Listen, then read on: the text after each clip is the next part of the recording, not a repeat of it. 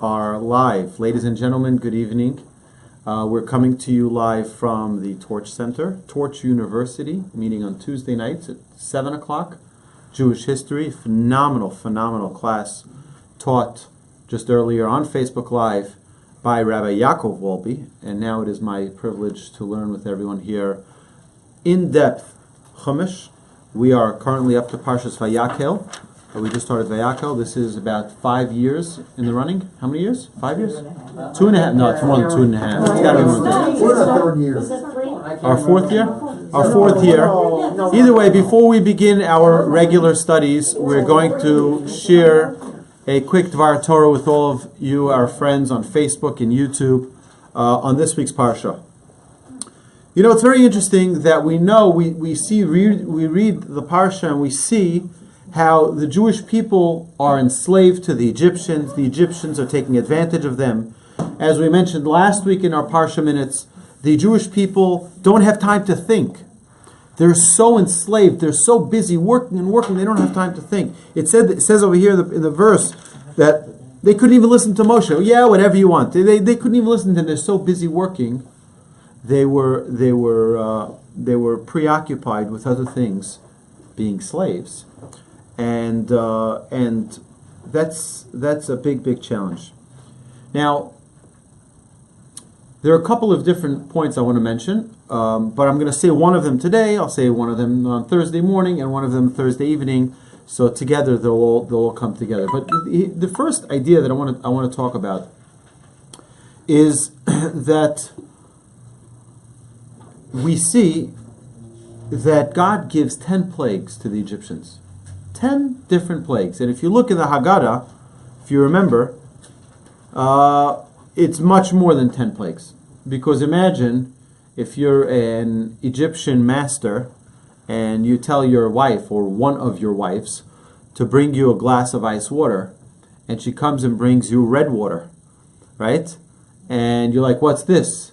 And she said, you asked for water. This is the water. This is what's coming out of the tap. And he's like, excuse me, I asked for clear water, not for lemonade or punch, fruit punch. I asked for, and she says, well, this is the water that's coming out of the tap. She says, that's nonsense. He starts hitting her, right? And then you can imagine when her kids come home from school, she hits them. And it's what one plague really becomes many more plagues, and it affects. And then the kids go to the schoolyard and they fight with their friends and so on and so forth. It keeps on getting messier. But why did God need to have 10 plagues? Why couldn't God give and that was, of course, just for those out there who may not know, that was the plague of blood, the first plague. But we know there's the plague of dam, which is blood, tzfardeya, which is frogs. Imagine your wife bakes you delicious biscottis, right? And you're about to take a bite, and suddenly this little cute frog jumps out of the biscotti. You can imagine there's not going to be a lot of peace in that house, right? So it's a lot that's going on in each plague. Why did God need to give 10 plagues? Why 10 plagues? God could have started with the most severe, knock them out with the plague of the firstborn, and you're done, right? And then they realize, well, you have to slowly escalate it, get it more and more and more. So our sages tell us something incredible, which is what I want to share with you now, is that the 10 plagues weren't only a patch to the Egyptians. They weren't only a lesson for the Egyptians. They were also a lesson for the Jews. But a very different type of lesson. They were a lesson of God's mastery over creation. These different plagues each represented a different element of God's dominion over every different type of power in the world. All right? If you remember this, when we did this class, when we were doing the breakneck through the Bible up to the era, you'll remember that we mentioned this. So I'm going to repeat what our sages tell us here. The first three, the 10 plagues consist of 3 sets of 3 plagues each, followed by the plague of the firstborn, which was meant to break down Pharaoh's resistance and bring about the redemption from Egypt. The 3 sets of plagues were intended to establish 3 eternal principles for all time. Number 1 is that the first 3 plagues proved the existence of Hashem. All right? Through the water, the animals, the frogs, right? And the lice. The next 3 proved that his providence extends to earthly affairs and that he is not oblivious of material matters. And then the next 3 proved that God is unmatched by any power. All right? And then you can see more about this on the red Schottenstein edition Chumash that you all have on page 358. The commentaries talk much more about these different but the idea that God has control over every single area of life. Every galaxy, every star, every human being on this planet. We think sometimes, me, I'm such a small person. I'm so insignificant in this enormous world, right? Why does God care about me? God cares about you too.